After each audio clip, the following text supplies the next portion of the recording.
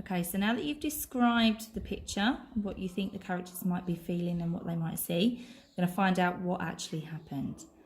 Thank goodness, sighed little Ben. He touched his friends. Wake up, he whispered. It's time to go home. And Harry and Sue sat up and yawned and stretched. They stepped out from the thing that had been their wolf. I think we've made enough for now, little Ben said. Don't you? Harry and Sue nodded. I think we should go home now, said little Ben. Don't you? Harry and Sue nodded again. They were silent. They'd been inside their wolf, and now their wolf was inside them, like a dream. They felt it running through them. They heard it howling and snarling deep inside them.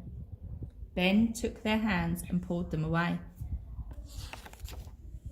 They ran homewards quickly, through the fields and the woods and the empty spaces across the lovely, strange, unfinished world. They were watched by a tiny mouse hunched in the grass, by a lovely bird that soared in the sky, by a flickery snake from a little dark hole, and by the gods above who were now beginning to stir and wake. Nice sleep, the gods asked one another. Oh, yes, they said. Oh, certainly. Oh, definitely. Oh, yes. Cup of tea, one asked. Piece of cake? Oh, yes. Oh, certainly, definitely, yes.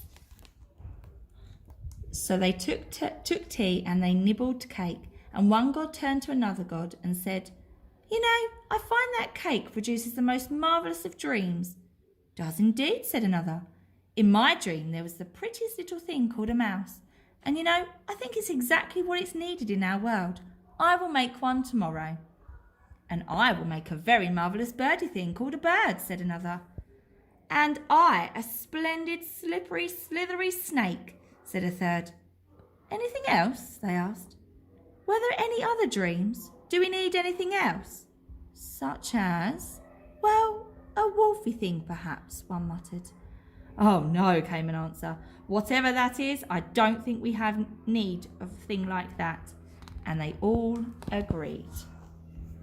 But then they felt silent, and there came a sound from deep inside themselves, and from the gaps and the spaces that they'd left below, astonishing snarling, extraordinary howling, and the gods listened and were entranced, and they all knew as they sipped their tea and nibbled their cake that the new and marvellous beast would soon find its way out again into the world.